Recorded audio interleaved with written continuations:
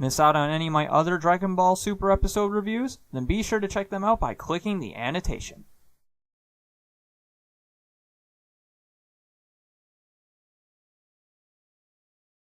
Before I even got to watching this episode, I was already told by several people that this episode was okay at best. And that kind of shocked me since Dragon Ball Super's been on such a roll lately. But were they wrong? Well, let's jump in and find out. I just want to warn everyone, there will be spoiler! Okay, fine, I'm done. Jeez.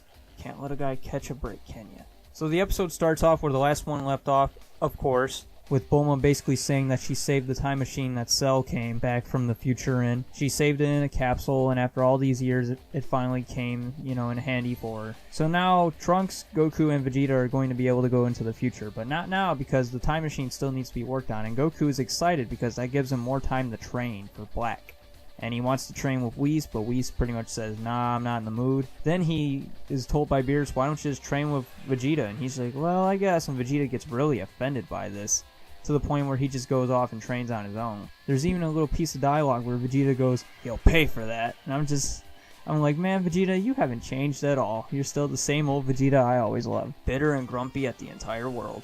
So with all this out of the way, a few interesting things happen. For starters, we see Bulma's parents, maybe for, the second time in Dragon Ball Super? I can't necessarily remember. Someone correct me if I'm wrong. But this is the first time we've seen them in a while.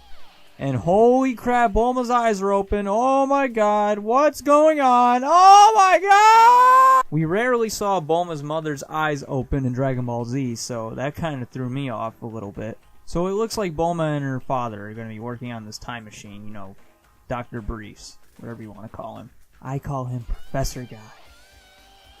Just kidding, I don't. That sounds dumb. So Future Trunks does something a little creepy. He finds out that the little girl Mai is Mai, and his first instinct is to go down to her and grab her hand. Now, unlike a lot of people, I understand why he did it. It's because it's Mai, and he gets a little sentimental value out of it. But, come on. She's a kid, and you're grabbing onto her hand like she's your girlfriend. That's a little creepy there, Trunks. A little creepy, man. But I'm gonna let you do you. You do you. Yeah. Just don't get caught, But yeah, Future Trunks explains to Kid Mai that the reason he kept fighting and pursuing Black is because she encouraged him in the future, her future self. And we get a little exposition from Trunks, basically, what happened during the future timeline or after Black invaded. Black basically wiped out humanity, and there were still some survivors that tried to fight him off, but it did no good. A lot of these survivors, lived underground, and they formed a resistance to try and fight Black, and the leader of that resistance was Future Mai. Trunks would also help out Future Mai in the resistance from time to time to go up against Black. And the one scene that we get in the future shows that obviously didn't work out well for them. Goku Black beats the living crap out of Trunks in this scene, to where Trunks has to retreat and, live to fight another day.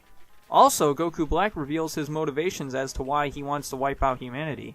It's because he says he observed everything in the universe, and he thinks that the biggest mistake made by the gods was the human race. So he's going out of his way to try and wipe them out of the universe for good, since they apparently, in his own words, don't want to acknowledge their own mistake.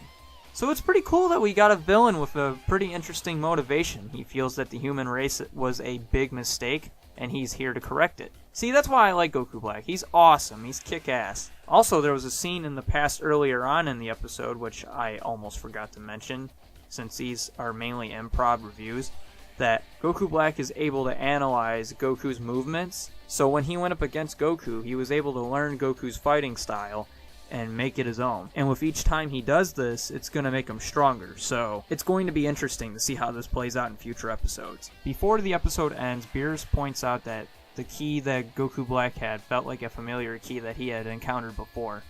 And Whis points out that it could be, and that he's going to do some research on it. And with the next episode preview, it looks like we might find out who Goku Black is. I can't say for sure because I don't know anything really about it, but we could get something out of it. You never know. But I'm really looking forward to the next episode. This episode wasn't bad. It was okay. It had its moments. There's some funny scenes here and there. There was also some pretty cool flashbacks, or what is it even considered a flashback if you're in the past and you're talking about the future? I don't know. Whatever. Trunks is past and from. We're talking about Trunks' past from his future. Okay, how about that? Does that make sense? All right. Those scenes were pretty cool. I liked how the animation looked for those. It seems like a lot of the stuff in the past, animation-wise, gets not enough attention. But hey, I'm sure with these upcoming episodes, we're going to get some really good animation. The next one looks like it's going to have some solid animation. I can't wait for that. Overall, this episode was just good. It wasn't great, it was just good. This is Gojira 2012 saying farewell for now.